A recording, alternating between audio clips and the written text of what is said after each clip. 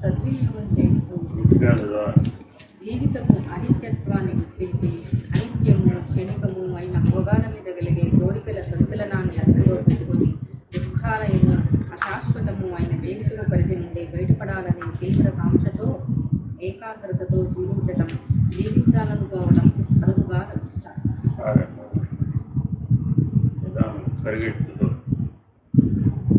మనకేం లభించాలి? ఇప్పుడు బయటపడాలనే తీవ్ర కాంక్ష లభించాలి. ఎందుకు ఎవరు బయటపడలేదు? తీవ్ర బాగుందని మోహము అనే లక్షణాలు ఉన్నాయని చెప్పారు. అనిత్యమైనటువంటిది, దుఃఖాలయమైనటువంటిది అనేది కూడా ఎవరైనా చెప్పారు. కానీ మనకెట్లా కనిపిస్తున్నాయట అవి? అది శోకంగా కనపడలేదట, మోహంగా కనపడలేదట, అనిత్యంగా కనపడలేదట, దుఃఖాలయంగా కనపడలేదు. మన జీవితం మనకి 4 లక్షణాల ద్వారా ఎప్పుడైతే కనపడలేదు, అప్పుడు మనకి బయటపడాలనే తీవ్ర కాంక్షలు ఉన్నప్పుడు ఎలా బయటపడాలనే తీవ్ర కాంక్ష లేకపోతే ఎవరైనా బయటపడతారా? అంటే జైల్లో ఉన్నావు, జైల్లోనే ఉండడం బాగుంది అంతే తప్ప జైల్లో నుంచి బయటపడాలి అనేటటువంటి తీవ్రమైన కాంక్ష, వ్యక్తి కాంక్ష సరిపోతుంది. తీవ్రమైన కాంక్ష సరిపోతుంది. తీవ్రమైన కాంక్ష ఉండటం కూడా ఈశ్వరానుగ్రహం. ప్రయత్నం చేస్తే వచ్చేది కాదు. ప్రయత్నం చేస్తేనే వస్తుంది. అసలు ప్రయత్నం చేయకుండా ఏది రాదు. అన్నీ సాధన సాధ్యమే. కానీ ఎలా ఉంటుందయ్యా అంటే, నువ్వు ఏ వైపు ప్రయత్నిస్తూ ఉంటే ప్రకృతి ఆ వైపు సహకరిస్తూ. ఇది గుర్తుపెట్టుకో. మంచి చెడుతో పని లేదు, దానికి సంబంధం లేదు. ఇంట్లో సపోజ్ ఒక ఈశ్వరుడు బాణలింగం పెట్టుకున్నామండి, బాగా రజోగుణంతో ప్రవర్తిస్తూ ఉన్నాం, సాధన చేస్తూ ఉన్నాం, అది రజోగుణమే వృద్ధి చెందుతుంది. నువ్వు తమో గుణంతో సాధన చేసావు, తమో గుణమే వృద్ధి చెందుతుంది. నువ్వు ఏ గుణంతో సాధన చేస్తే, తపస్సు చేస్తే ఆ గుణమే వృద్ధి చెందుతుంది. అంతే. ఎంతోమంది తపస్సు చేసిన వాళ్ళు లేరా? మరి వాళ్ళు ఆ రకమైన ఫలితాన్ని ఎందుకు పొందారు? ఆ గుణంతోనే చేసాడు కాబట్టి. కాబట్టి మీరు రోజు ఏ సాధన అయినా చేసేటప్పుడు ఎట్లా ఉండాలంటే గుణాతీతంతో సాధన చేయాలి. నేను ఎప్పుడు గుణాతీతంగా ఉండే సాధన చేయాలి, కానీ గుణాలకు లోబడి సాధన చేయాలి. కానీ సాధారణంగా మానవులందరూ ఏదో ఒక గుణానికి చిక్కుకుంటాడు. చిక్కుకుని ఆ గుణంలో ఆనందాన్ని అనుభవిస్తుంటాడు. ఆ గుణం వల్ల విషయానందం లభిస్తుంది. ఆ గుణం ద్వారా వచ్చిన విషయానందమే సత్యం అనుకుంటూ ఉంటాడు. దాని చేతను ఎప్పుడో ఒకప్పుడు బాధించబడే సందర్భం వస్తుంది. ప్రకృతి ఎలా మార్పు చేస్తున్నాయంటే, ఈశ్వరానుగ్రహం అంటే ఏంటంటే, ఏదైతే ఆనందం అని ఏర్పాటు చేసుకున్నామో ఆ ఆనందం ఏర్పాటు చేసుకున్న దాంతోనే బాధించబడతావు. అప్పుడేమైనా బయటపడతావా పడవా? పడాలనే కాంక్ష అయితే కలుగుతుంది. అంతేగా మరి పట్టబడ్డప్పుడే నువ్వు బయటపడాలనే పరిస్థితి వస్తుంది, లేకపోతే బయటపడాలనే ఆలోచన రాదుగా. తీవ్రమైన దుఃఖం కలగలేదండి, అప్పుడు అందులో బయటపడతావా? పడవ. మోకాళ్ళు సహకరించినంతసేపు మనం దాన్ని ఎప్పుడన్నా పట్టించుకున్నావా? పట్టించుకోలేదుగా. బాగా బరుగులు పెట్టావా లేదా? అంతా నా ప్రతిభ అనుకున్నావా, మోకాళ్ళ ప్రతిభ అనుకున్నావా? అని అంతా నేనుకే పెట్టుకున్నావు అంటావు. నాకు 50 ఏళ్ళు సహకరించినాయి, 50 ఏళ్ళ తర్వాత ఏం చేసినాయంటే ఇంకా దాళ్ళే పరిగెట్టినాయి అంటే అప్పుడు మరి వాటికి ప్రాధాన్యత ఇవ్వాల్సి వచ్చిందా లేదా? ఇట్లా ఏదైనా కావచ్చు, ఏ అంశమైనా సరే నువ్వు ఏదైతే ఆనందమని అనుభవిస్తూ ఉంటావు ఆ ఆనందమే నీకు దుఃఖంగా మారిపోతుంది. ఆ దుఃఖ ప్రభావం చేత నువ్వేమవుతావా అంటే నువ్వు బయటపడటానికి ప్రయత్నం అంటే బాధ లేదే బోధ కుదరదయ్యా బాబు. Very very important. నాకే బాధలు లేవండి, నీకు బోధ కుదరదా? మరి అయితే దేంట్లో బయటపడాలి నీకు అంటే బంధాన్ని నిర్ణయంగా నువ్వు తెలుసుకుంటే తప్ప బంధాల్లో నుంచి బయటపడలేవు. నాకే బాధలు లేవండి, ఏ బాధలు లేవంటే మరి ఎట్లా అంటే ఎక్కడో విచారణలో లోపం ఉంది ఆయన. ఏ బాధలు లేకుండా ఏ జీవి లేదు, ఇవే కాదు ఏ జీవి లేదు. ఏ బాధలు లేవనడం ఎటువంటిది అంటే విచారణ సరిగ్గా చేయకపోవడం అంతే. కాబట్టి ఇప్పుడు ఏమంటున్నాడు? చక్కగా విచారణ చేయి. బంధం అనగా ఏమి, బాధ అనగా ఏమి విచారణ చేసి వాటిలో నుంచి తీవ్ర కాంక్షతో సహా ఉండాలన్నాడు. ఎంతోమంది వివేక చూడమని చదువుతారు, కోట్ల మంది చదువుతారు, కానీ ఆచరించే వాళ్ళు వేలల్లో కూడా ఉండరు. ఆచరించిన వాళ్ళు వేలల్లో ఉన్నా బయటపడ్డ వాళ్ళు పదుల్లో కూడా ఉండరు. ఎందుకని అంటే ఆ తీవ్రమైన తహ లేకపోవడం. ఆ తహ లేకపోతే ఈ వరుస నుంచి 1 నుంచి 100 మెట్లు ఉంటాయి కదా, ఏదో ఒక మెట్టు మీద ఆగిపోతూనే ఉంటాడు, ఆ చివరి దాకా చేరడు. తీవ్ర తహ నీకు ఎంతకాలం ఉండాలయ్యా అంటే ఆ 100వ మెట్టు పరమపదం చేరేదాకా ఉండాలి. పరమపదం చేరేదాకా ఉండాలి, నిత్యం ఉండాలి, పరమపదం చేరేదాకా ఉండాలి. Very important. నిత్యం లేకపోయినా పని జరగదు, పరమపదం చేరేదాకా లేకపోయినా పని జరగదు. కాబట్టి పరిణామం అంతా పూర్తయిపోయి దోస పండు ఎలా అయితే తనంతట తానుగా విడిపోతుంది, అలాంటి జీవితం నీకు వచ్చేంత వరకు నీకు ఈ ప్రయాణం సాగుతుంది. కాబట్టి ఇదంతా ఎలా జరుగుతుందండి? ఇదంతా నేను ప్లాన్ చేస్తానన్నాడు ఆయన. 1వ మెట్టు నుంచి 100వ మెట్టు దాకా భౌతికంలో ఎలా అయితే ప్లాన్ చేస్తారో అట్టా నేనే ప్లాన్ చేస్తానండి అంతా.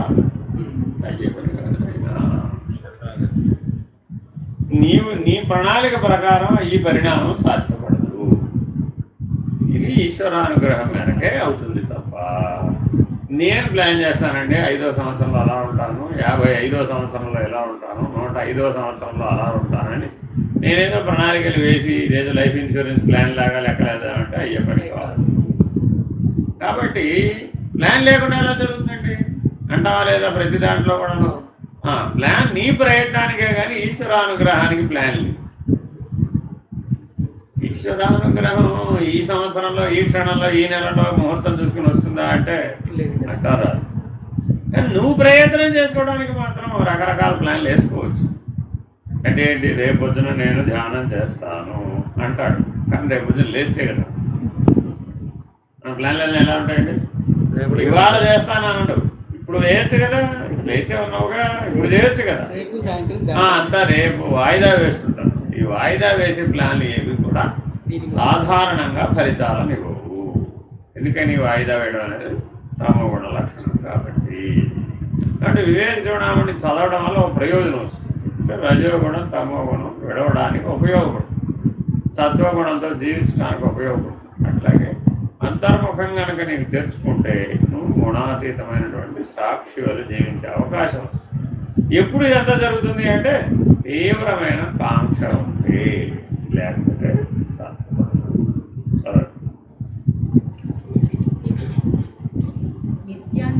అది ఆఫ్ అయిపోతుంది. కలిసిపోదాం.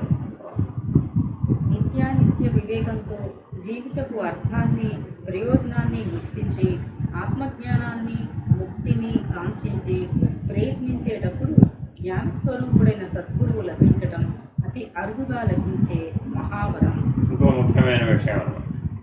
మరి 1వ మెట్టు నుంచి 100వ మెట్టు వరకు నువ్వు ప్రయాణం చేయాలి అంటే నీకేం కావాలంటే ఇప్పుడు నిత్య వస్తు వివేకం కావాలి, ఆత్మజ్ఞానం కావాలి, మరి అనుభవ జ్ఞానం అన్నటువంటి గురువు కావాలి.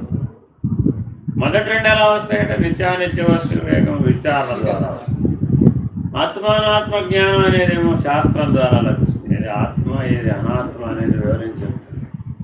మరి ప్రయాణం అయిపోయినట్టేనంటే పరిణామం ఉన్నటువంటి మహానుభావుడైనటువంటి అనుభవ జ్ఞానం ఉన్నటువంటి పరిపక్వత చెందినటువంటి అనుభవ జ్ఞానం ఉన్న గురువు లభిస్తుంది. ఈ 3 లభిస్తే కానీ నీకు తీవ్రకాంక్ష ఉన్నప్పటికీ నువ్వు బయటపడలేదు. పెద్ద సమస్యలు ఇందాకేం చెప్పాడు, తీవ్రకాంక్ష ఉంటేనే బయటపడతావు అన్నాడు. ఇప్పుడేం చెప్తున్నాడు, తీవ్రకాంక్షకు పరిష్కారం ఏంటి మరి అంటే ఈ 3 ఉండాలి. ఒకటి నిత్య వస్తు వివేకం ఉండాలి. అది ఎక్కడి నుంచి వస్తుంది? విచారణ నుంచి వస్తుంది.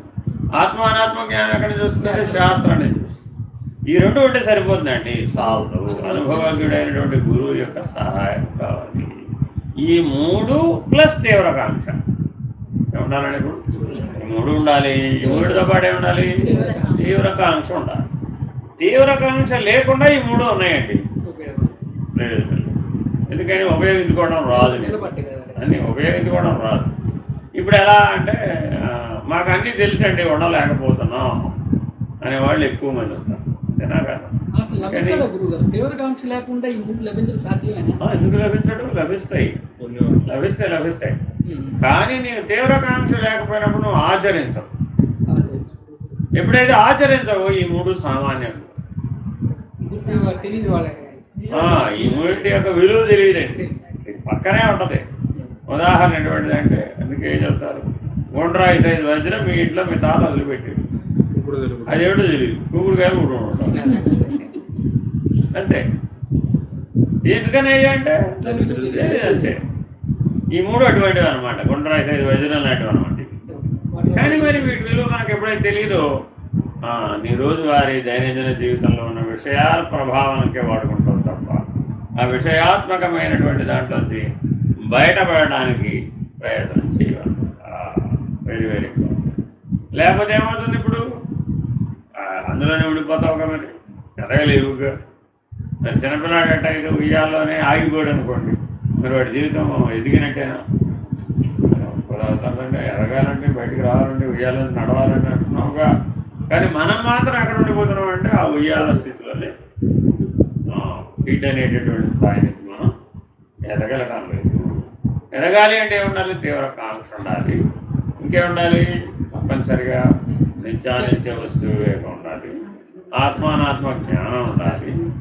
అనుభవజ్ఞుడైనటువంటి గురువు సహాయం ఉండాలి. అప్పుడు మాత్రమే ఈ 4 ఉన్నప్పుడు మాత్రమే నీవు పరిణామం తొందరగా పూర్తి చేయగలుగుతావు. పరిణామం ఆగిపోయిందన్న ప్రతి ఒక్కరూ కూడా ఈ 4ని విచారణ చేస్తుంది. ఈ 4లో ఎక్కడో చోట లోపంతో అనుభవజ్ఞుడైన గురువు లభించవచ్చు. కానీ 20 ఏళ్ళు 30 ఏళ్ళు 40 ఏళ్ళు 50 ఏళ్ళు అయిపోతుంది, కానీ మనం ధరించాం. ఎందుకు ధరించాం? ఈ 4 ఎక్కడో లోపం వచ్చింది. అయితే నిత్య వస్తు వివేకంలో అయినా లోపం వచ్చి ఉంటుంది, లేదా ఆత్మానాత్మ జ్ఞానంలో అయినా లోపం వచ్చి ఉంటుంది. మీ ఇంట్లో చాలా పుస్తకాలు ఉంటాయండి, కానీ మీరు ఎప్పుడు చదవరు. ఎవరు లోపం? ఈశ్వరానుగ్రహం మేరకు అనేకమైన శాస్త్రాల పరిచయం మీ ఇంట్లో ఎప్పటి నుంచో వచ్చేస్తుంది, పారంపర్యంగా వచ్చేస్తుంది. ఎవరో ఒకడు ఉంటాడు, వాడు చదువుకుంటుంటాడు. మనం ఏం చేస్తుంటాం? ఇప్పుడు మనకి ఇప్పుడు కాదు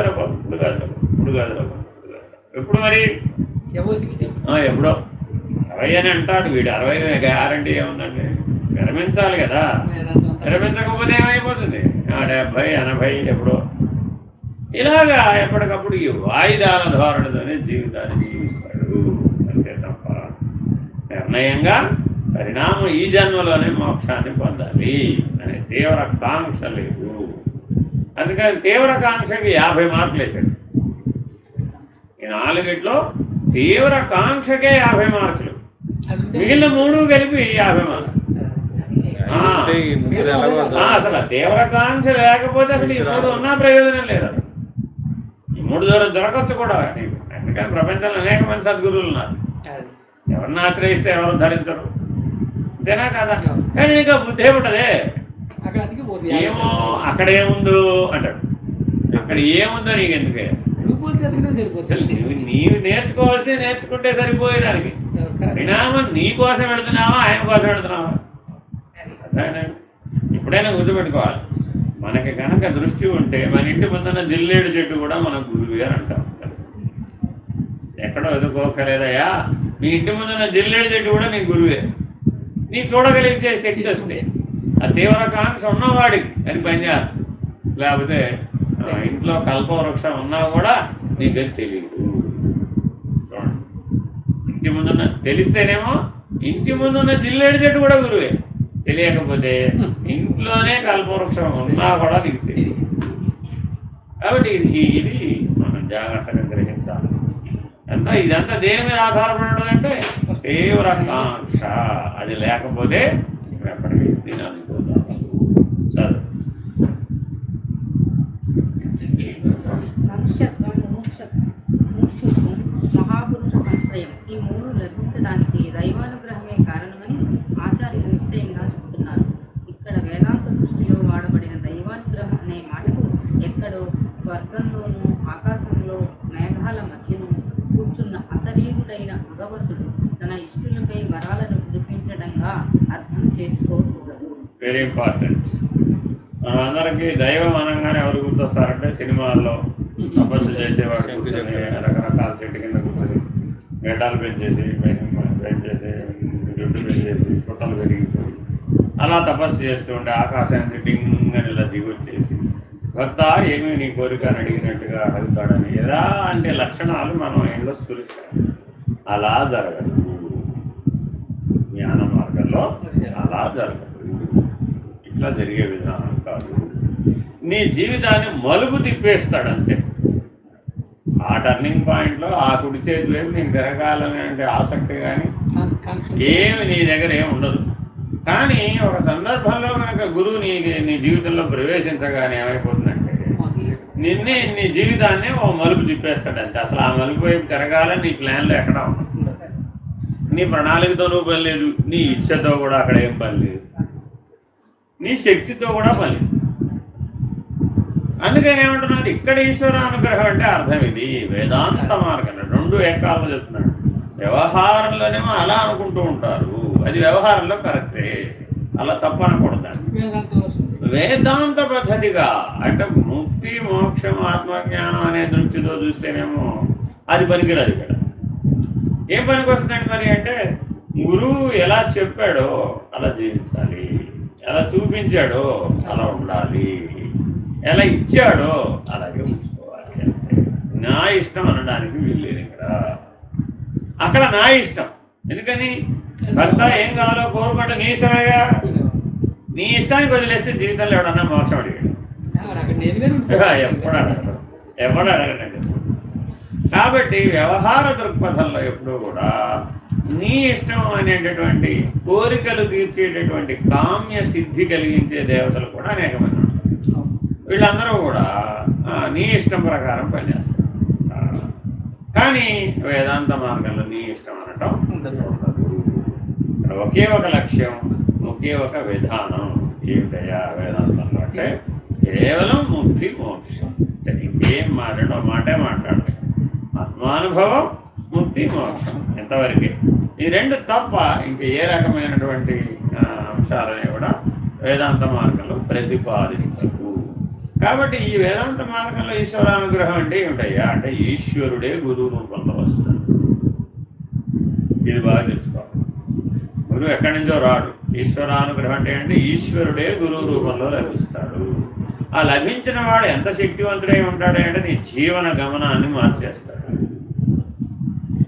నీ శక్తితో పని లేదు అక్కడేమి. ఏమంటే నాకు ఈ శక్తి ఉందా అని అనుకోకర్లా, వాడికి ఉంటుంది. గురువు సర్వసమర్థుడై ఉంటాడు. వాడి బలంతో నడుస్తూ ఉంటుంది అంతే. నేను దాటలేనే, నువ్వెవరో దాటడానికి. గుట్టే కదా, నువ్వు ఉన్నంతకాలం ఎప్పటికీ దాటలేదు. నువ్వు ఒక ఆంక్షతో నేనన్నవాడు మిగిలినంత కాలం నీ వల్ల కాదు ఎప్పటికీ. కాబట్టి ఈ వేదాంత మార్గంలో ఒకే ఒక పద్ధతి ఉన్నది, సర్వస్వ శరణాగతి. ఈశ్వరుడే గురు రూపంలో వస్తాడు. సాధన కూడా ఏమిటంటే సర్వస్వ శరణాగతి ఒకటే నీ సాధన. ఎక్కడైనా సరే నేనన్నాం అనుకోండి, నేనన్న అంశం ఆగిపోతుంది, అది అవ్వదు ఎప్పటికీ. ఏ పనైనా అవలేదనుకోండి ఈ మార్గంలో, ఎందుకు అవ్వలేదు అంటే ఒకటే లక్షణం, అక్కడ నేను అన్నావయ్యా అందుకని అది అవ్వలేదని. ఏదైనా సరే, ఎందుకని వీడికి వ్యవహారం అని వేదాంతం అని రెండు లేవు. వీడికి ఏం లేవండి, వ్యవహారం ఒకటి వేదాంతం ఒకటి వేరువేరుగా లేవు వీడికి. ఎందుకని అంతా ఈశ్వరుడే, అంతా ఆత్మే, అంతా బ్రహ్మమే. అసలు వీడికి రెండోది అవుతుంది. అలా ఎవడైతే సర్వస్వ శరణాగతితో ఉంటాడో వాడికి ఇది చాలా సులభమైన మార్గం. ఎందుకని అంతా నీ ఇష్టం, అంతా ఈశ్వరాధీనంతు జగత్ సర్వం. వాళ్ళ లెక్క ఏంటంటే ఈశ్వరాధీనంతు జగత్ సర్వం అంతే. అసలు వాడికి ఏం లెక్క ధర్మం ఉండదు.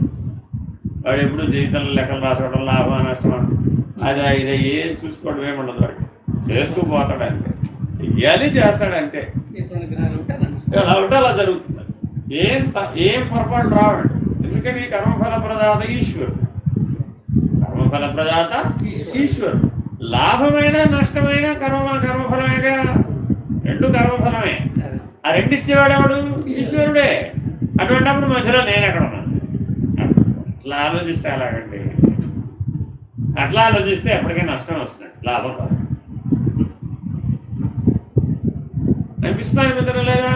అప్పుడు నేను ఉన్నానా లేదా? అయిపోయింది.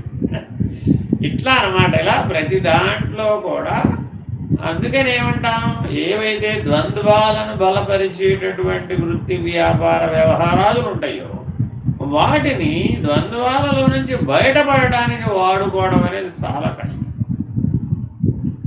భార్యాభర్తలు రెండు ద్వంద్వమైనా కదా, మరి దీంతో వ్యవహరించాలా వద్దా? ఏకాత్మ స్వరూపులే వ్యవహరించాలి. అప్పుడు మాత్రమే అందులోంచి బయటపడగలుగుతాం. నేను నా ఇష్టం అన్నాడు అనుకోండి, మీరు ఎన్ని జన్మలైనా ఈ గృహస్థాశ్రమం ఎత్తుతూ ఉండాలి. ఇందులోంచి బయటపడాలి అంటే ఒకే మార్గం ఉంది. ఏంటంటే నీ ఇష్టం అనడం రావాలి, నేను అనుకోను. అప్పుడేమైపోయింది? ఇంకా అయిపోయింది, రద్దు అయిపోయింది. రద్దు అవ్వాలి అంటే ఒకే ఒక మార్గం, అంతా నీ ఇష్టం. వ్యవహారం అంతా నీ ఇష్టం అంటారు. వ్యవహారం అంతా ఎప్పుడైతే ఇట్లా అలవాటు పడిపోయాడు, అప్పుడు వేదాంతానికి వచ్చేప్పుడు కూడా ఏమంటాడు? ఈశ్వరుడి దగ్గర నీ ఇష్టం అంటాడు. అయిపోతుంది, సులభమైపోవాలి. అప్పుడు అది ఇక్కడ లేదండి, అక్కడ రావాలండి. వస్తుందా ఎప్పటికైనా? అంతేగా 1000 సార్లు ఏమో నా ఇష్టం అని 1001సారి ఈశ్వరుడి దగ్గరికి వెళ్ళి నీ ఇష్టం అనమంటే అంటాడా? అక్కడ కూడా అంటాడు నా ఇష్టం అని అంటాడు. అప్పుడేమైపోయింది? కామ్యక కర్మ. అందుకని సాధనలు, పూజలు, వ్యవహారాలు, అభిషేకాలు, దేవాలయాలు ఎన్నో కనబడుతున్నాయి ఇప్పుడు.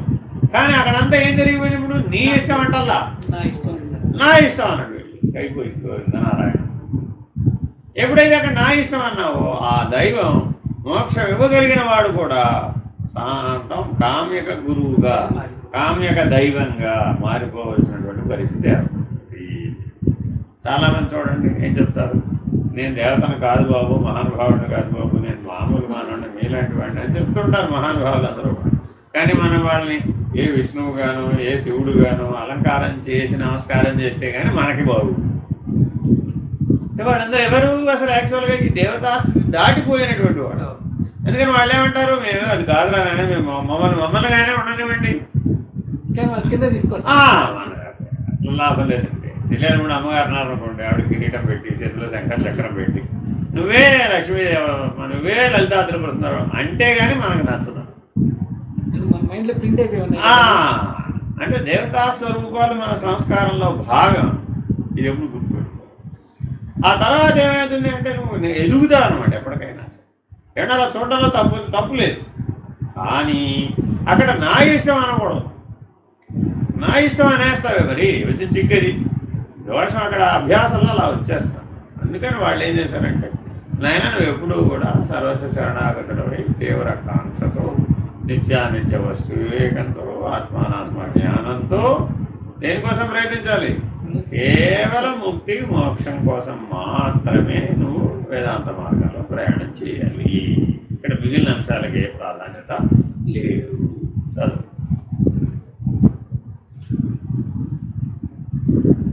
స్వయం కృషితో నిత్యానిత్య వివేకంతో ధర్మ మార్గంలో జీవించిన అనేక గత జన్మల పుణ్యఫలంగా తపో ఫలితంగా వ్యక్తిగా తాను సాధించిన ప్రస్తుత జన్మమే ఇక్కడ దైవానుగ్రహంగా చెప్పబడుతుంది.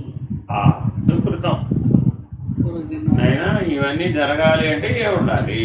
సుకృతం ఉండాలి.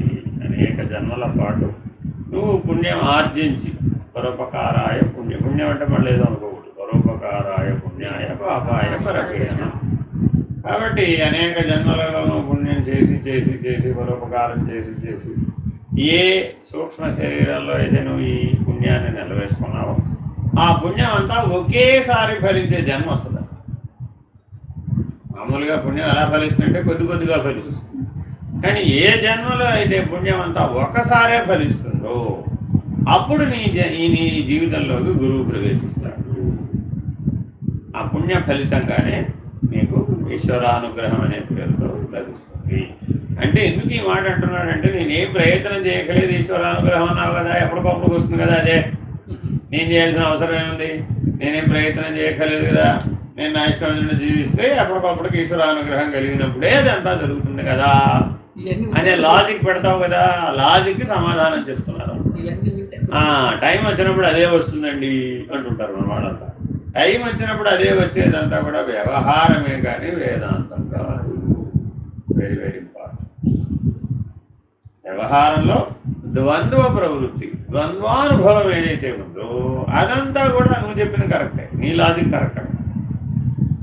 అదే అక్కడంతా నీ ప్రయత్నమే ఉంటుంది, నువ్వే ప్రయత్నం చేస్తావు, ఫలితాన్ని పొందుతూ ఉంటావు, కర్మఫలాన్ని అనుభవిస్తుంటావు, మళ్ళా అధ్యాత్మం ఎత్తుతుంటావు, అట్లా జరిగిపోతుంది. కానీ వేదాంత విషయానికి వచ్చేప్పుడు మాత్రం దానంతట అదేది జరగదు. కాలేన విందతి అంటే అర్థం ఏంటంటే టైం వచ్చినప్పుడు ఫలిస్తుంది. టైం వచ్చినప్పుడు ఎప్పుడు ఫలిస్తుంది అంటే ఆల్రెడీ అక్కడ సుకృతం అనే విత్తనం ఉంటే, ఆ ఫలించడానికి అనువైనటువంటి విత్తనం ఉంటే. ఉదాహరణ చెప్తా. ఇప్పుడు వర్షం వచ్చిందండి, వర్షం రాకముందు మీ ఇంటి ముందే మొక్కలు కనపడవు. వర్షం వచ్చి వెళ్ళిపోయిన తర్వాత వెంటనే చిన్న చిన్న మొక్కలు అన్నీ కనపడతాయి. కొబ్బరి చెట్టు కూడా అలాగే ఫలించవచ్చుగా. కొబ్బరి చెట్టు అలా ఫలిస్తుందా? కొబ్బరి చెట్టు ప్రత్యేకంగా నాటాల్సిందే. కొబ్బరికాయని పూర్ణ ఫలాన్ని 6 నెలలు నీళ్ళు పోస్తూనే ఉండాలి అక్కడ. అందుకని ఏం చేస్తారంటే పొల్ల పోస్తారు. అది ఎక్కడదో మనకు తెలియదు, బయట కప్పెట్టేస్తాం కదా, అదేనండి 4 అంగుళాల లోపల ఉంటుంది అన్నమాట. అది ఆ పొల్ల పెట్టి ఆ పొల దగ్గర 6 నెలల పాటు నీళ్ళు పోస్తే అప్పుడు బయట మొలక వస్తుంది.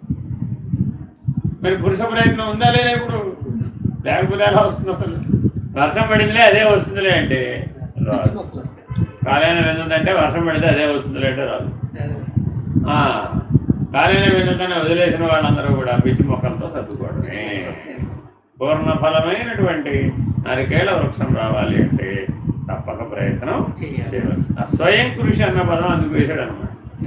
నాకు 4 చెప్పారా లేదా? తీవ్ర కాంక్ష, నిత్యానిత్య వస్తు వివేకం, ఆత్మానాత్మ జ్ఞానం, అనుభవం కలిగినటువంటి అనుభవ జ్ఞానం ఉన్న గురువు. ఈ 4 కూడా దేని మీద ఆధారపడినాయి? స్వయం కృషి. Very important. ఈ స్వయం కృషి అనేది లేకపోతే ఈ 4 ఉన్నా ఫలించవు. చాలా మంది కష్టాలు పడేవాళ్ళు లేరు జీవితంలో, కానీ బయటపడడానికి కావాల్సిన స్వయం కృషి లేదు. అదే మనకే సుఖం అనుకోబోయి అని మునిగిపోవడమే సత్యం. మునిగిపోవడం ప్రపంచంలో ఎవరైనా అమలు చేసే పనే కదా. బయటపడడానికి ప్రయత్నం చేస్తే వివేకం ఉందంటామా, మునిగిపోవడానికి చేస్తే వివేకం ఉందంటామా? కాబట్టి ఈ 5 మాటలు ఎప్పుడు గుర్తుపెట్టుకోవాలి. ఏమిటది?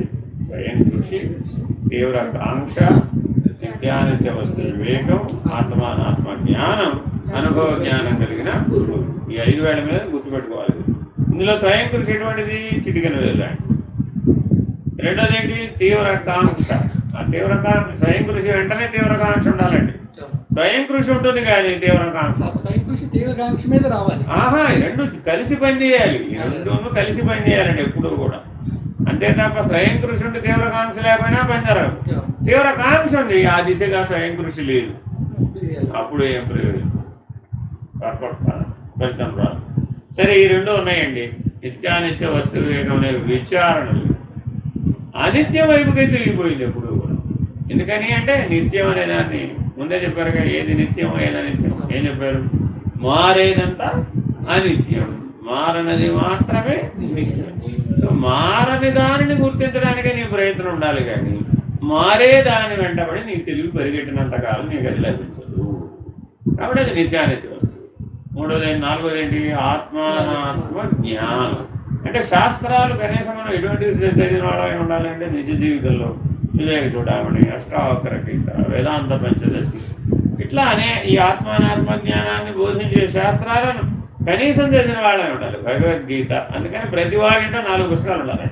ఏమిటవి? భగవద్గీత, వివేక చూడమని, అష్టావకర గీత, వేదాంత పంచదశి. ఈ 4 ఉన్నవాళ్ళు ఎవరో ఎవరింటో అయితే ఉంటాయో వాళ్ళింటో ఎప్పటికో అప్పటికి ఒక జ్ఞాని పుడతాడు. ఎప్పటికో అప్పటికి ఈ ప్రయత్నం ఫలించి ఫలించి ఫలించి అప్పటికప్పటికి పుడతాడు. మీకు అనేకమైన వస్తువులు ఉన్నాయా లేవా? ఏమైనా వస్తులోపం ఉందా? మీ ఇంట్లో ఏమన్నా ఏంటంటే మనం ఏం చెప్పుకున్నాం? నా సోఫాలు ఉన్నాయి, డైనింగ్ టేబుల్ ఉంది, టేబుల్ ఉంది, పేద లిస్ట్ ఉందో. ఈ 4 పుస్తకాలు ఉన్నాయి అన్నారు, అవి అసలు ఏం జీవితంలో ఎప్పుడు ఉన్నాయి. ఇప్పుడు మీ ఇంట్లో జ్ఞానం ఎలా పుడతాడండి? అది ఎలా సాధ్యం అసలు? ఎందుకని అసలు ఆ ప్రయత్నమే లేదు, ఆ స్వయం కృషే లేదు. ఎప్పుడైనా మీ ఇంట్లో భగవద్గీత చదువుతారా? మా ఇంట్లో చదువుతామండి, గుళ్ళో చదువుతారు. ఎప్పుడు చదువుతారు? గుళ్ళో చదువుతారు. అక్కడే ఉంటారు జ్ఞానం. మీ ఇంట్లో అష్టావకర గీత అన్న పేరే నేను వెళ్ళలేదట, ఏమైపోయింది. ఇట్లా మన నిజ జీవితంలో ఎప్పుడైతే జ్ఞాన ప్రభావం ఉన్నటువంటి శాస్త్రాలు మన ఇంట్లో లేవు, అభ్యాసం లేవు. అప్పుడు మన ఇంట్లో అభ్యాసం అంటే ఏముందమ్మా? ఇప్పుడంతా కామ్యకర్మ, ద్వంద్వానుభవం, విషయానుభవానికి మాత్రమే పరిమితమైన వస్తు సముదాయంతో మన ఇల్లంతా మనసంతా నిండిపోయింది. ఇల్లంతా ఎందుకు లేవా అంటే మనసంతా అవే ఉన్నాయి కాబట్టి. సరే, ఒకవేళ మీ గూట్లో ఈ 4 పుస్తకాలు ఉన్నాయండి, ఎప్పుడో మీ తాతగారు తెచ్చిపెట్టారు, జీవితంలో ఎప్పుడన్నా చదవాలని బుద్ధి పుట్టింది? ఏమిటంటే మా తాత ఎప్పుడెప్పుడు తెచ్చిపెట్టాడు, అక్కడ మీద ఉన్నాయి. అటక కిందకి దిగవాలి. ప్రయోజనం ఎప్పుడు మరి జ్ఞానం వస్తుందా? అప్పుడు ప్రయోజనం లేదు. అదేనండి, ఎందుకు ఈ మాట చెప్తున్నారంటే, చల్లపల్లి మెహర్ సెంటర్లో అటక మీద 3 పుస్తకాలు ఉంటాయి. ఏమిటవి? విచార సాగరం, కామకళా విలాసం, జీవన్ముక్తి ప్రకాశం. ఇవి 1900 సంవత్సరాలు 1900లో బుక్ ప్రింట్ చేశారు. 2000 ఆనాడు వావిళ్ళ వారు రూపాయి పెట్టారు, ఆ రోజుల్లో రూపాయి. సరే, ఆ 3 పుస్తకాలు అటక మీద ఉన్నాయి అంతే. ఎప్పటి నుంచో ఉన్నాయి. ఎప్పటి నుంచి అంటే ఎప్పుడో ఆ మెహర్ సెంటర్ పెట్టినప్పటి నుంచే ఉన్నాయి. ఎవరో దానికోసం వస్తారు, అక్కడ ఉంచమన్నారు అంతే. ఆట ఉండిపోయినాయి అంతే. అవి ఏ దశలోకి వచ్చేసినాయి అంటే ముట్టుకుంటే 3 ముక్కలు అయిపోతాయి. అలాంటి దశగా చేరిపోయింది. 96లో వారిని దర్శించినప్పుడు ఈ 3 నీకోసమే అక్కడ అటక మీద వెయిట్ చేస్తున్నాయా అని చెప్పి, మరి ఎప్పటికైనా అసలు ఉంటే కదా, అవకాశం ఉంటేనేగా లభించేది. అందువల్ల కనీసం మనం రాబోయే తరాలను బాగు చేయాలి అంటే ఏం చేయాలంటే కనీసం 4 పుస్తకాలు ఇంట్లో పెట్టి చదువుతూ ఉండాలి, అభ్యాసం చేసుకుంటాలి. ఒక ఏకాదశి వచ్చింది, లేదో ఒక పౌర్ణం వచ్చింది, లేదో మహాశివరాత్రి వచ్చింది, ఏదో మహాశివరాత్రి వచ్చింది, పొలోమని ఎక్కడికో పారిపోవడం కాదు. ఏదో ఒక గ్రంథం తీసుకొని ఉదయం సాయంత్రం దాకా పిల్లల ముందు చదువుతూ ఉంటే, పఠిస్తూ ఉంటే, అధ్యయనం చేస్తూ ఉంటే, ఓహో మా నాన్న ఏదో చదువుతున్నా అంటే ఇందులో విశేషం ఉంది, ఇందులో నేను తెలుసుకోవాల్సిన అవసరం ఉందని పిల్లాడు అనుకుంటాడు. అంతేనా కాదా? పిల్లల్ని బాగు చేసే పద్ధతి ఇది. ఇప్పుడు మనం అందరం మన తర్వాత ఇప్పుడు ఏమంటున్నాం? పిల్లల మా మాట వింటలేదంటే పిల్లల మా మాట, వాడు ఈ మాట ఎందుకు వింటాడు? మన జీవితం అట్లా జీవించలేదు కాబట్టి మనం జ్ఞానపూర్వకంగా జీవిస్తే వాడు కూడా ఎలా ఉంటాడు?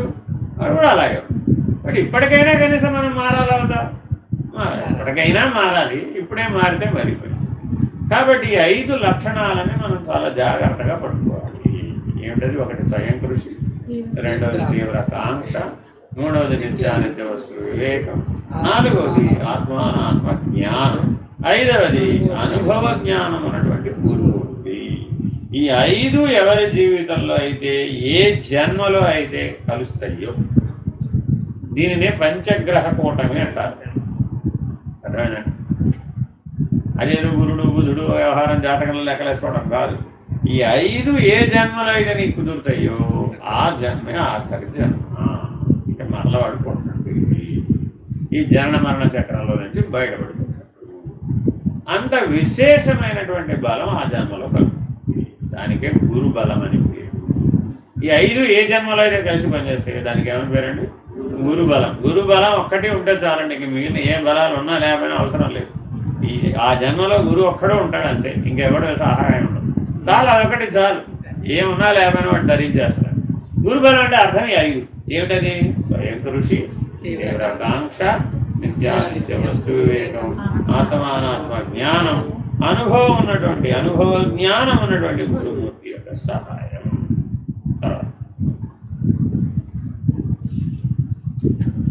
జీవితపు అర్థాన్ని, ప్రయోజనాన్ని గుర్తించి నిత్యమైన స్థానాన్ని తెలుసుకోవాలని, సాధించాలని చేసిన గత ప్రయత్నాల ప్రస్తుత ఫలితమే భగవద్కృపగా వర్ణింపబడుతుంది.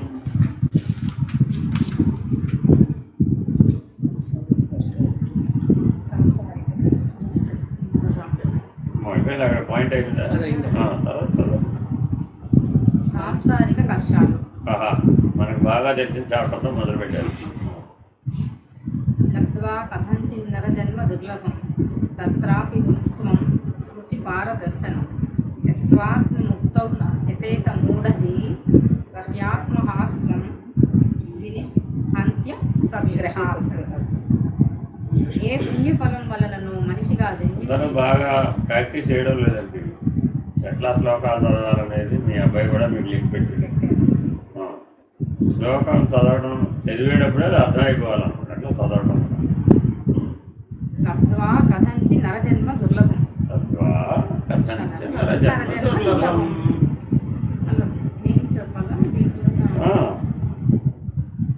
ఏ పుణ్య ఫలం వలనను మనిషిగా జన్మించి పరిశుద్ధము ఏకాగ్రము అయిన మనోబుద్ధులతో శాస్త్రాన్ని అధ్యయనం చేసిన తరువాత కూడా మోక్షం కోసం ప్రయత్నించని మూఢుడు ఉంటాడా?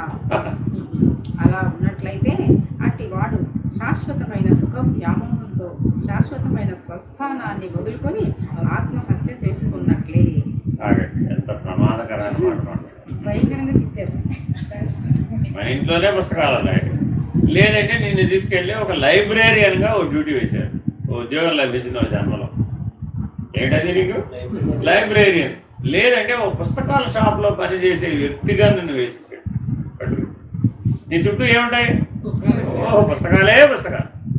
కానీ ఒక్క పుస్తకం వినబడి చదువుతాడా?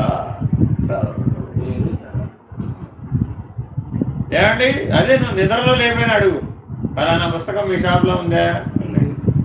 50 రూపాయలు తక్కువ అని చెప్పేస్తాడు. అదేంటయ్యా పుస్తకం చదివేవాను ఏమో, ఇందులో ఏముందయ్యా? అందులో ఏముంటే నాకు ఇందులో అర్థమైనా?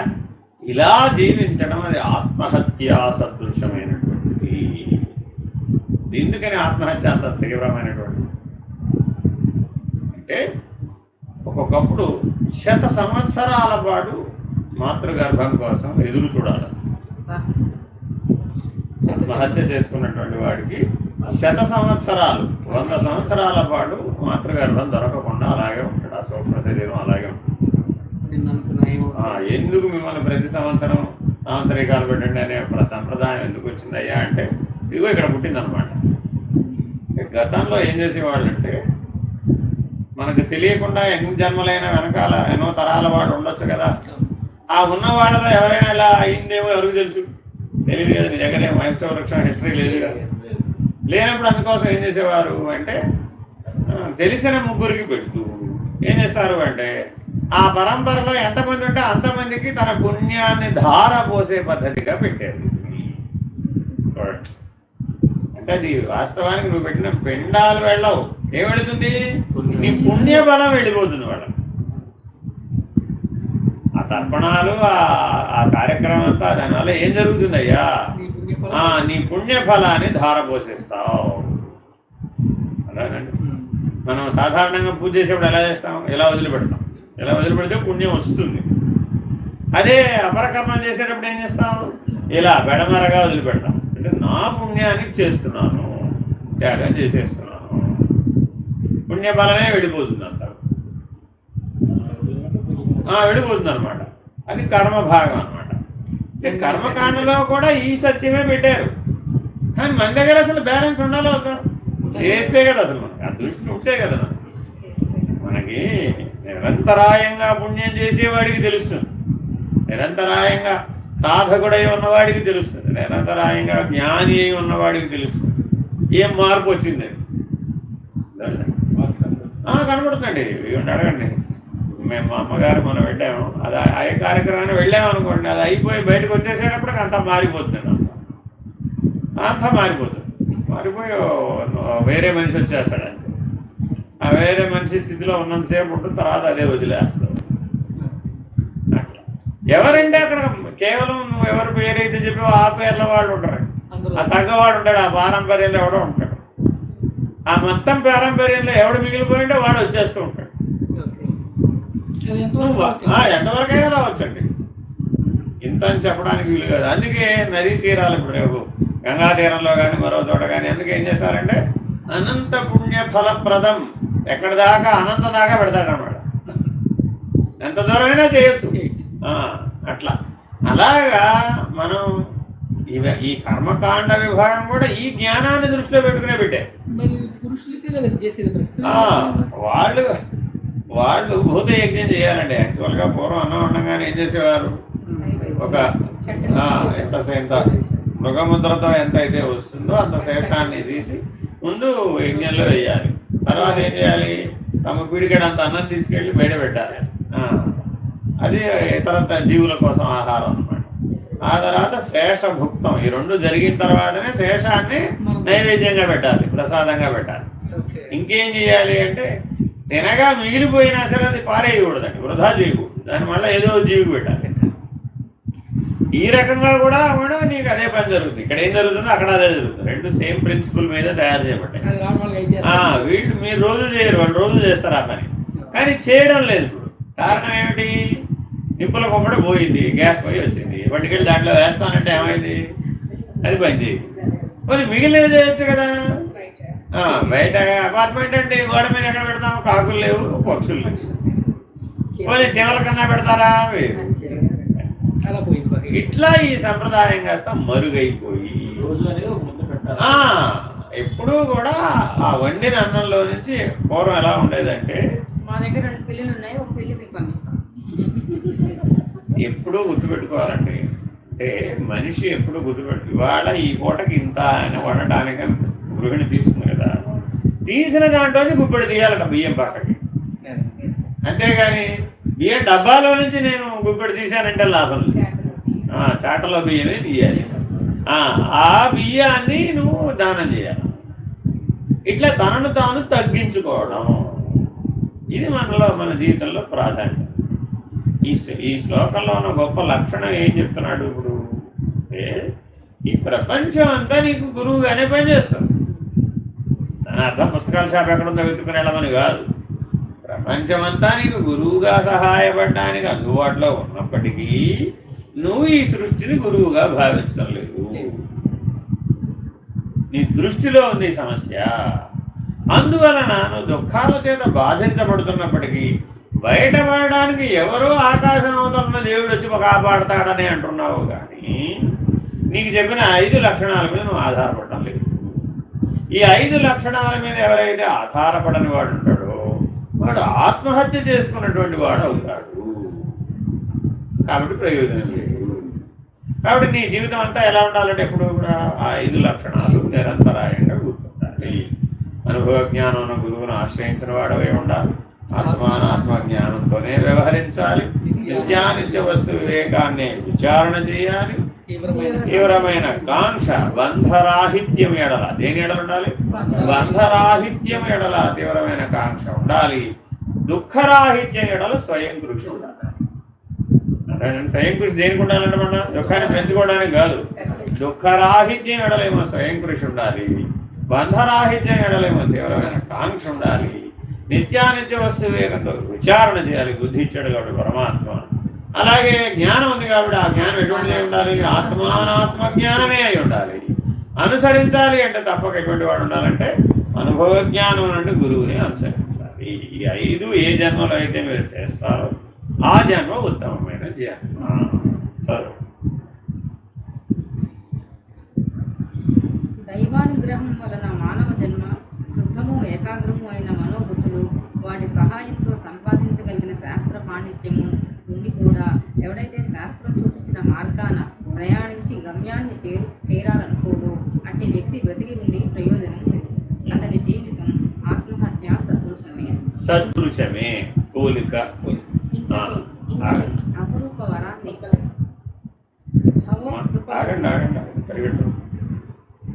మనకి ఇప్పుడు బుద్ధి ఉందా లేదా? చెడలేదా పరమాత్మ? బుద్ధికి 2 పనులు ఉన్నాయి. ఒకటి ఏంటి? విచారణ. 2 ఏకాగ్రత. ఈ రెండులో మనం ఏది ఎక్కువ వాడతాం? వాడాలి. ఏది ఎక్కువ వాడతాం? ఏది ఎక్కువ వాడుతున్నాం? ఏది ఎక్కువ కావాలి? ఏది ఎక్కువ వాడుతున్నాం? ఏది ఎక్కువ పనిచేయాలి? అంటే ఆ రెండుకి 2 ప్రయోజనాలు ఉన్నాయి. గుర్తుపెట్టుకోవాలి.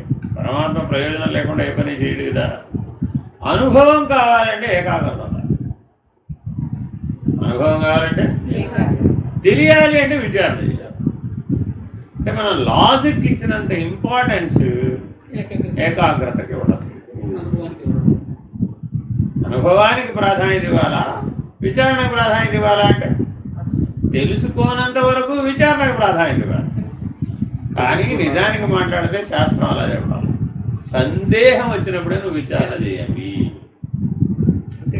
తెలుసుకుంటూ పోవడం అంటే ఈ ప్రపంచంలో ఎప్పటికి పూర్తవుతుంది? ఎప్పటికన్నా అవుతుందా? అది ఎప్పటికి అవుతుంది కదా. నేను తెలుసుకుంటున్నానండి అంటాడు అంతే. జీవితం అంతా వాడు తెలుసుకోవడమే సరిపోతుంది. నీకు ఎప్పటికి చేస్తాడు వాడు? ఎప్పటికైనా ఆచరణ మొదలు పెడతాడా? అందుకని ఇప్పుడు ఏమంటున్నావు? ఎవరైనా ముందు ఆచరించు.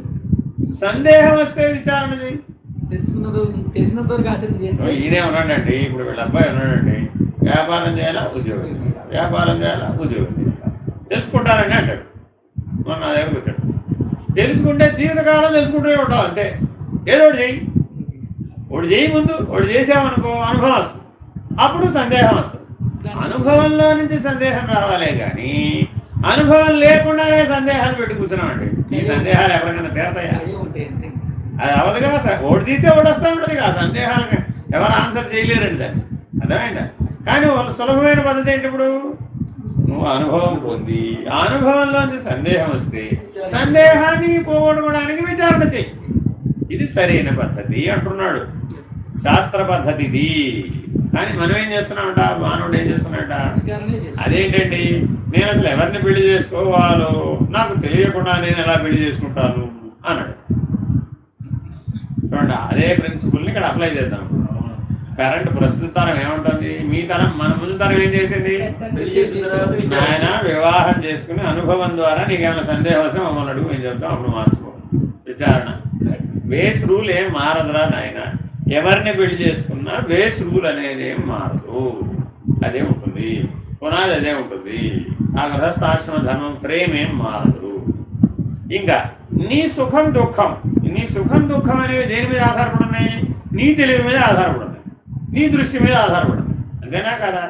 నీ ఇష్టం అంటే నేర్పుతారు. అప్పుడు ఆ గత తరంలో ఏం చేశారు? ఇప్పుడు కూడా నా ఇష్టం అన్నా వాళ్ళు, నీ ఇష్టం అన్నారు. అప్పుడు ఏమైనా వాళ్ళకి లోటు వచ్చిందా? రాలా. ఇప్పుడు పిల్లలందరినీ పెరగడమే ఎలా పెరిగారు? నా ఇష్టంతో పెరిగాడు. ఇప్పుడు పెళ్లి చేసుకునే దశ వచ్చేటప్పుడు కూడా ఏమంటున్నాడు? నా ఇష్టం ప్రకారమే చేసుకుంటానండి అన్న. సరే, మంచిది. నీ ఇష్టమైన మంచిది ఏమన్నా వెతకరా? ఆయన వెతికాడు. వెతికితే ఏం తెలిసింది? సందేహాలు పెరిగినాయా, తగ్గినాయా? మరి ఇప్పుడు అనుభవం వస్తే సందేహాలు తీరుతాయా? సందేహాలు తీర్చుకుంటూ పోతే అనుభవం వస్తుందా? అంటే సందేహం దేని ద్వారా రావాలి? అనుభవం ద్వారా వచ్చిన సందేహాన్ని అయితే నివర్తించగలుగుతాం. కానీ అనుభవం లేకుండా వచ్చినటువంటి సందేహాన్ని నివర్తించగలుగుతావా? చూడటానికి విచారించేందుకు అనుభవం వస్తుందనే ఆలోచనలో ఉన్నాం. ఎందుకని అంటే బుద్ధి డామినేట్ చేసింది అన్నమాట. బుద్ధిలో ఈ 2 లక్షణాల్లో విచారణే నిన్ను డామినేట్ చేసేసింది. చేసుకుంటూ పోతుంటే అది అనుభవం అనుభవం వస్తుంది. అనుభవంలో అనుమానం అనుభవంలో నుంచి సందేహం వస్తుంది. సందేహాన్ని విచారణ చేస్తే పని సులభం. అర్థమైనా? రివర్స్ చేసుకోవాలి. రివర్స్ అనమాట. ఇప్పుడు నేను ఏం చేశానంటే మా షాప్లో పనిచేసేవాడు లేడండి అన్నాడు. నేను వెళ్ళి వీళ్ళ షాప్లో పని చేయడానికి, మీ షాప్లో ఏమున్నాయో చెప్పండి, మీరు ఏం చేస్తారో చెప్పండి, ఏం చెయ్యాలో చెప్పండి, ఇదంతా నాకు ముందు అర్థమయ్యేది చెప్తే నేను వెళ్ళి నేను పని చేస్తాను. ఆయన ఏమన్నాడు, అదంతా నీకు చెప్పక్కర్లే, నువ్వు రోజు వచ్చి పని చేయి, 4 రోజుల్లో అన్నీ అవే తెలుస్తాయి. ఏమన్నా డౌట్ వచ్చింది, ఏదైనా డౌట్ వచ్చినప్పుడు రోజు గొప్ప చెప్తా అన్నాడు. అదంతా కుదరదండి, నాకు మీరు మొత్తం అంతా వివరంగా చెప్తేనే నేను మీ దగ్గర పనికి వస్తాను అన్నాడు. అప్పుడే ఓ రామా వీటితో మనకు పని అవదురా, పని అవ్వదు. అంటే విచారణ ఉండాలా దేవుడు? ఉండాలి. ఎంత ఉండాలి? 10% ఉండాలి. ఏకాగ్రం ఎంత ఉండాలి? 90% ఉండాలి. కానీ జీవనంలో మనం ఏం చేసాం? విచారణ 90%, ఏకాగ్రం 10%. ఇది మీకు ఎక్కడ తెలుస్తుంది అంటే ధ్యానానికి కూర్చోమని అయిపోతుంది. ఇంకా అది నిలబడితే అసలు ధ్యానానికి కూర్చున్నప్పుడు అర్థమైపోతుంది. అది అసలు నీకేమి నిలబడదు, ఎటో పోతుంది, ఎటో. 2 సెకండ్లు కూడా 2 నిమిషాలు చాలా ఎక్కువ, 2 సెకండ్లే ఆగదు. దానికి కారణం ఏమిటి అంటే నిత్య జీవితంలో ఏకాగ్రత కంటే విచారణకే ప్రాధాన్యత ఇచ్చేసాం. అది ఎటువంటిది? నొక్కి వదిలిన స్ప్రింగ్ లాంటి ఉపమానం. అది ఇలా గట్టిగా పట్టుకున్నామండి స్ప్రింగ్, నేను వదిలిపెడితేమవుతుంది? పరిగెడుతుంది, అది ఎగురుతుంది. మన బుద్ధి కూడా అంతే. ఇలా ఈ విచారణ చేసినప్పుడు ఏమన్నా ఇట్లా బలవంతంగా నొక్కుకున్నట్టు అవుతాను. నువ్వు ఎప్పుడైతే విచారణ ఆపగానే వదిలిపెడతావుగా, ఇంకా దాని ఇష్టం లేదు.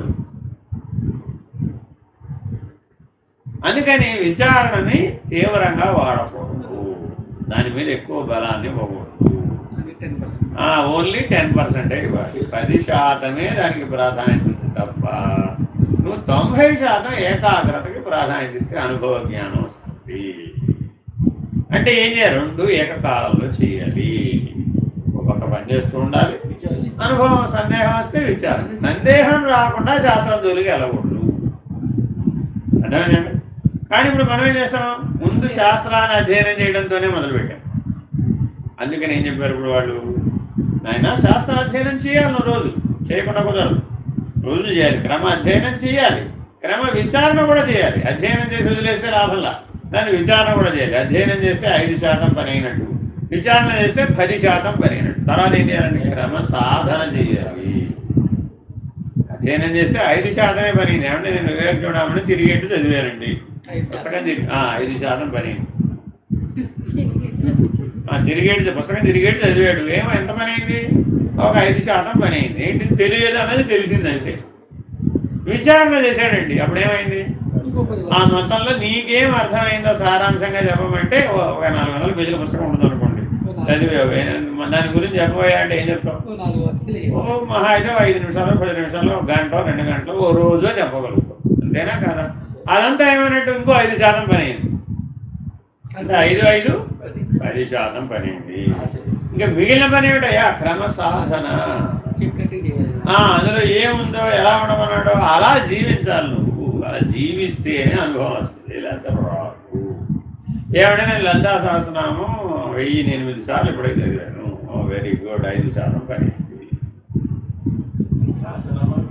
అంతా ఏదన్నా పెట్టుకోండి, ఈ పారాయణ కానీ అధ్యయనం కానీ అంతా కలిపి 5% పని అవుతుంది. అంతే అంతే. దాంట్లో ఏం చెప్పాడని విచారణ చేయాలి. చదివేసాడు, ఏం చెప్పాడయ్యా? అయిపోయింది. అంతే, 5% పని అవుతుంది. అంతే. భగవద్గీత నేను 108 సార్లు చదివానంటే అన్ని శ్లోకాలు కంటదా వచ్చినాయండి, 5% పని అయింది. అంతే. అర్థమేనండి? అదే విచారణ చేసాం, అప్పుడేమైంది? ఇంకో 5% అయింది. అలా జీవించాం. ఇక అప్పుడు మిగిలిన పని, అసలు పని ఎప్పుడు వచ్చింది అంటే అలా జీవిస్తే వచ్చింది.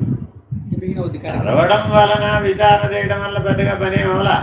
మరుపు కూడా పోయే అవకాశం కూడా పోతున్నా పోదా పోతుంది. ఏమన్నా అభ్యాసం వదిలేసావు, మళ్ళీ 10 ఏళ్ళు పుస్తకాలు పట్టుకోలేదండి, ఏమైపోయింది? విషయాల్లో పడిపోయాడు. అదే క్రమసాధన కూడా అప్పుడే చేసాడు. కాబట్టి చతుష్పాత్ వేదాంత సిద్ధాంతం అని శంకర భగవత్పాదులు స్పష్టంగా ప్రతిపాదన చేశారు. మానవుడు తరించాలంటే మనకి 4 కాళ్ళు ఉన్నట్టుగా ఉన్నావా లేదా? జంతువుకి ఎలా ఉన్నాయి? 4 కాళ్ళు ఉన్నాయా లేదా? మనం కూడా ప్రస్తుతానికి జంతువే, చతుష్పాత్. కానీ నువ్వు వేదాంత మార్గంలో ప్రయాణం చేయాలి అంటే ఈ 4 కాళ్ళని ఇలా వాడాలట. ఏమిటది?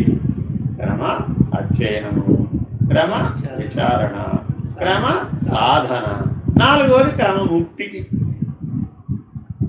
ఈ 3 కాళ్ళు ఉపయోగపడకుండా ఈ ఒక్క కాలు ఎట్లాంటి సాధించవచ్చు? చేతులు లేవండి, 2 కాళ్ళలో 1 కాలే ఉందండి, ఏం చేస్తారు? ఏమైనా ప్రయోజనం ఉందా? అట్లాగే నీవు ఎట్లా ఉండాలయ్యా? ఈ 4 మీద స్థిరంగా ఉన్నటువంటి భవంతి ఎలా అయితే ఉందో అలాగనే ఉండాలి. కాబట్టి నీ జీవితం 4 భాగాలుగా ఉండాలి. నీ జీవితంలో ఎన్ని గంటలు?